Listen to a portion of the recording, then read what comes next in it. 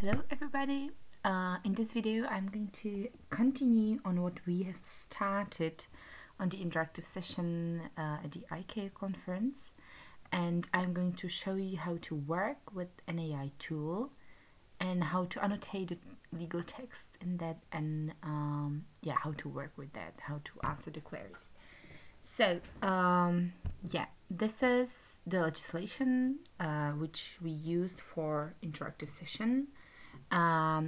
It is a part of UN Convention on Contracts for the International Sale of Goods. We chose Article 31, 32 and 45. And I'm going to show you how to annotate only just the first paragraph of each article, because the following paragraphs are very similar to annotate, so you can try it yourself. Okay, so let's start.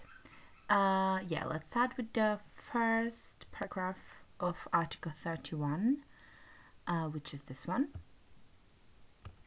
Alright.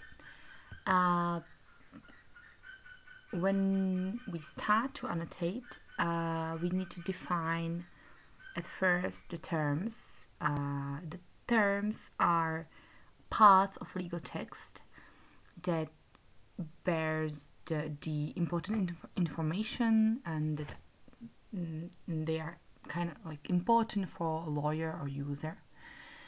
So I say that the first term is that the seller is not bound to deliver the goods to any other particular place. That is like a condition, the first one. So I mark the text with the mouse and I press term here, and I write a label that I use for this text, which is deliver goods other place. The label of the term needs to start with lowercase, because for the tool to use it as a name of a term. Alright, and I press annotate. So this is the first term annotated, and don't forget to save the work. Alright, yes. Next term is the one that the contract involves the carriage of the goods. So I mark it once again with the mouse and I press term and I write the name. I can also choose from existing terms from the list, but there's only the one that I just made, and this is different term. So I choose the name, for example, contract carriage goods, and I annotate it and I save the theory. The last term in this sentence is the actual obligation to hand the goods over to the first courier. Which is here. So I mark it, press term, and I write the label, which is, for example, handing goods or just carrier. Alright, and I annotate it and save it. Okay, now I can see that I annotated 3 terms, the name of the terms or the labels. I can see if I cross over with the mouse the term. And now the important part is to define the actual structure of the logical relation in between the terms. So I mark whole sentence, because this is what I'm going to define, and I say that this is obligation.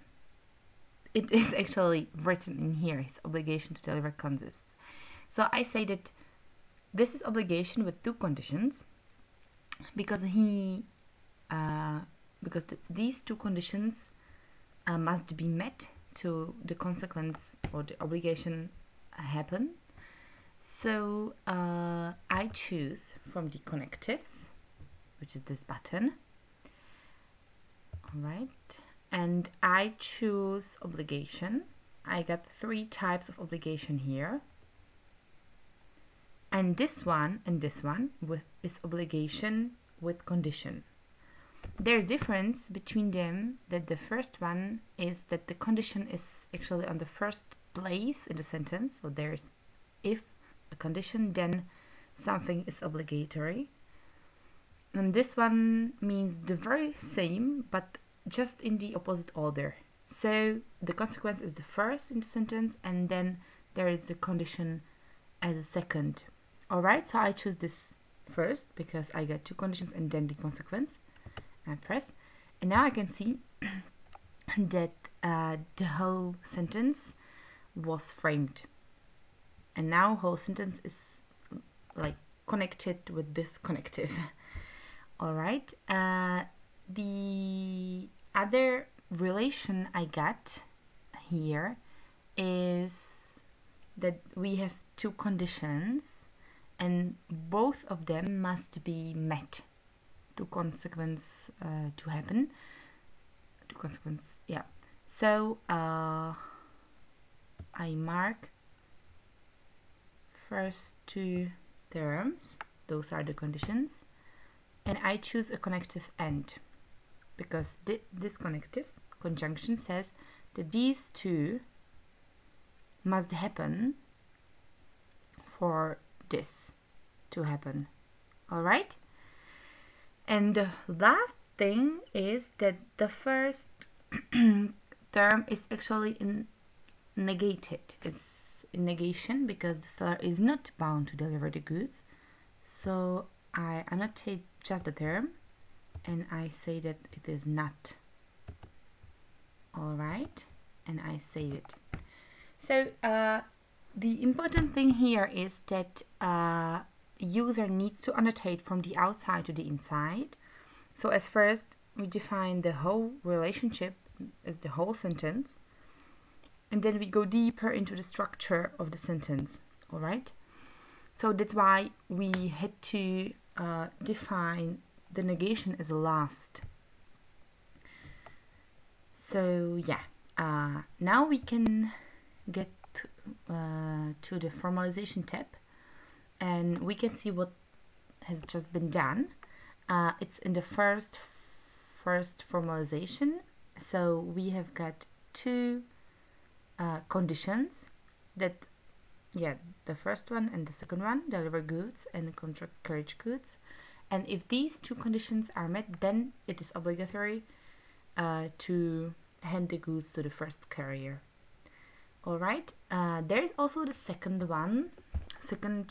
formalization, which is the one that the tool actually did itself, and it says that if we have these 2 conditions that imply the consequence, but the consequence did not happen, which is this, so it was not handed to the goods was not handed over to the first carrier, then it means violation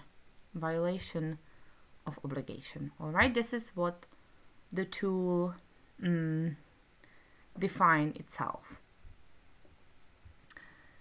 Okay, let's get back to the annotation and let's continue with article 32.